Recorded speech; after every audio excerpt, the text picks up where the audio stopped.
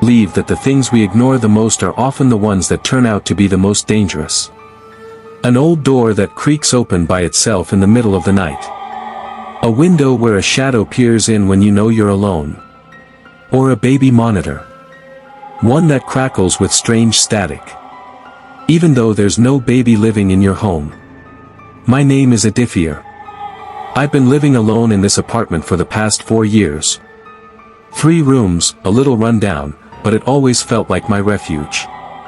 Or at least, it used to. All of this began last month. One evening when I came home from the office, I found a small package sitting on my dining table. Brown wrapping paper, no label, no address. I assumed someone had left it at my door by mistake. But as soon as I unwrapped it, there it was. An old baby monitor. At first, I just put it away in the closet. Figured it belonged to a neighbor. But that night, around 2:30 a.m., I was lying in bed when I thought I heard a faint noise. Like radio static. I opened my eyes. The room was dark. The ceiling fan was spinning lazily. Everything looked normal. But the sound kept going. I got up, turned on the light, and followed the noise. It was coming from the closet. When I opened the door, the baby monitor was powered on. Every hair on my neck stood up. I had never switched it on. Yet that same static was coming through it. In that moment, I tried to rationalize it. Maybe there was some leftover battery charge or interference. But the next day, even at work, my mind kept drifting back to it. Every small noise sounded like that same static. That night, it happened again. 2:30 sharp, the exact same sound. But this time, there was something else. Behind the static, I heard a whisper. He's watching. I froze. My hands and feet went cold. The voice was so clear it felt like someone was leaning right next to my ear. I picked up the monitor and listened closely. A moment later, the static slowly faded. I took a deep breath. The third night, I turned it off completely. Removed the batteries. And yet, right at 2:30 a.m., the static started up again. This time, louder. So loud my temples throbbed. I hurled the monitor out the window. I couldn't sleep after that. Every few minutes, I was sure I heard someone moving around the room. Soft creaks across the floorboards. Shallow breathing in the dark. In the morning, I looked outside. The monitor was still lying there. But now, something faint was flickering on its screen. Some kind of shape. I went downstairs and picked it up. The screen showed a blurry image. An old wooden cradle. It was swaying gently. And standing beside it, a tall silhouette. So tall its head disappeared out of the frame. I panicked and tried to smash the monitor. But the moment it hit the ground, it powered on again. And then, the same whisper. He's watching you. After that, I locked it inside a box for several days. Stacked heavy books on top. Just to keep the sound in. But on the third night, I was lying in bed, too exhausted to think straight. About to drift off. When the static started again below.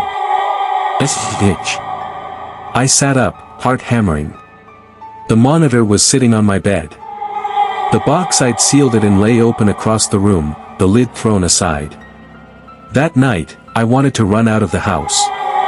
But my legs wouldn't move. I just stood there, staring at it. And then the screen flickered.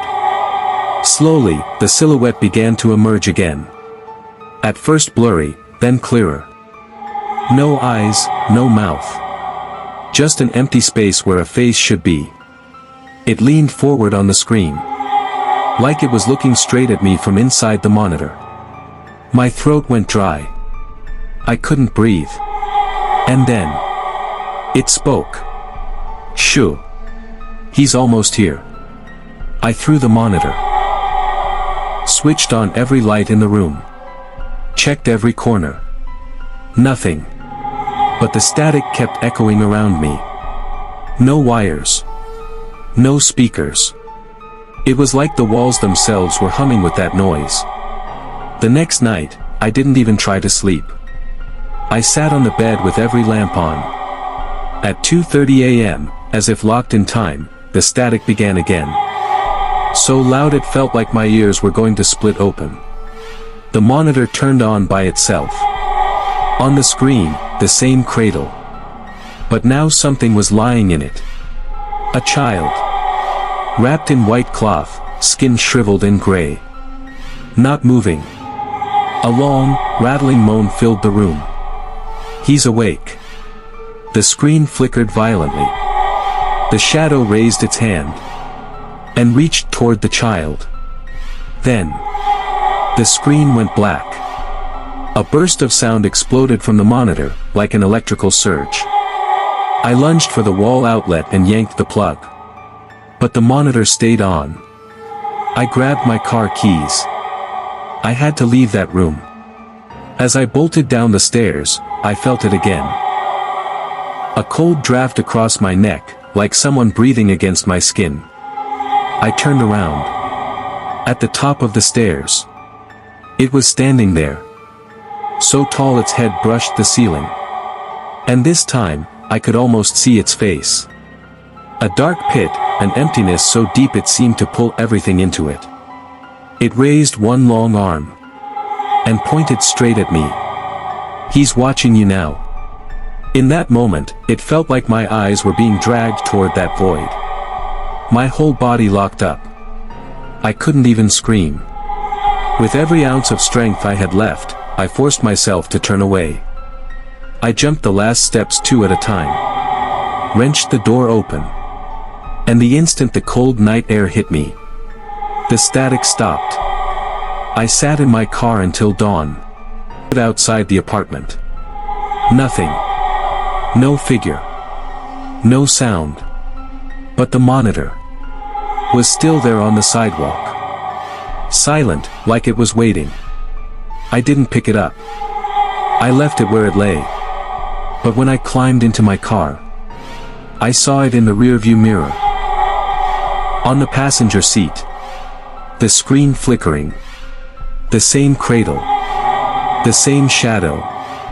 Slowly leaning closer to the glass. Its voice came again. He's here now. Since that day. Every night at 2:30 a.m., the static wakes me. Sometimes in my room. Sometimes in the car. Sometimes in the bed of some cheap hotel. The shadow isn't outside anymore. It's always here, somewhere behind me. And it whispers. Shoo. He's watching. And I know. No matter how far I run. The monitor will follow me. Until the day I finally end up in that cradle myself. I've always believed that the things we ignore the most are often the ones that turn out to be the most dangerous.